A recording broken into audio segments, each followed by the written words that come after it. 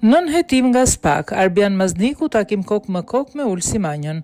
Në rrjetet sociale po qarkullon një foto ku dy ministrat e Edi Ramës janë duke zhvilluar një takim kok më kok në një kafene. Bëhet fjala për ish-nën kryetarin e Bashkisë Tiranës, aktualisht ministri i Pushtetit Vendor Arbian Mazniku dhe ministri të Drejtësisë Ulsi Manja.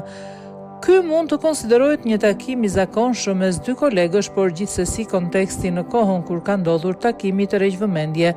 Kjo për shkak se takimi i kok më kok me Ulsi Manjën vjen një kohë kur në media është raportuar se Arbian Mazniku është zyrtarisht nën hetim nga prokuroria e posaçme SPAK. Hetimi për restorantin e gruas The Home.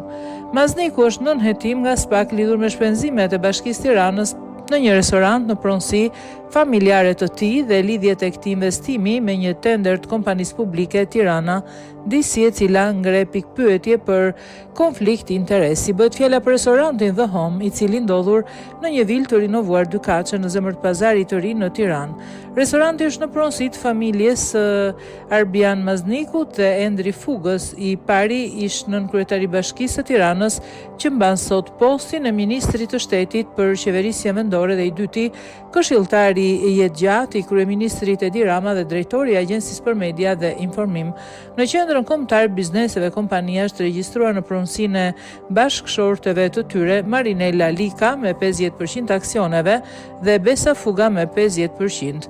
Natën e ndërimit viteve në 31 dhjetor 2023, një grup zyrtarësh u mblodhën për të trokitur gota tek The Home. Darka përbëhej nga 55 persona dhe u pagua nga Bashkia e Tiranës me një faturë prej 236.000 lekësh në total.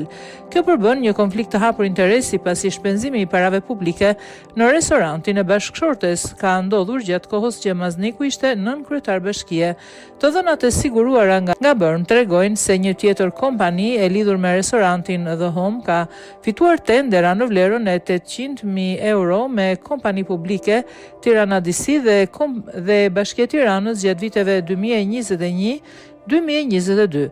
Edhe pse këto kontrata nuk janë të palishme, ato ngren dyshime për një konflikt interesi në dukje për ish-kryetarin e Bashkisë dhe ministrit aktual të shtetit për qeverisjen vendore.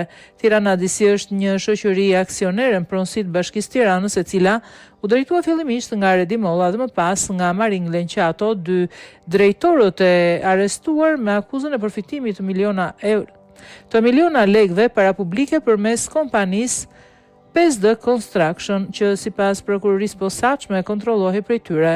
Molla dhe Qato i mojnë akuzat. Mazniku ka mbajtur gjithashtu një pozicion të rëndësishëm në kompaninë DC si kryetar i Këshillit të Administrimit. Arbian Mazniku ka dëshmuar në 22 korrik për rreth 3 orë në prokurorinë e posaçme, por nuk dihet nëse është pyetur për çështjen në fjalë apo jo.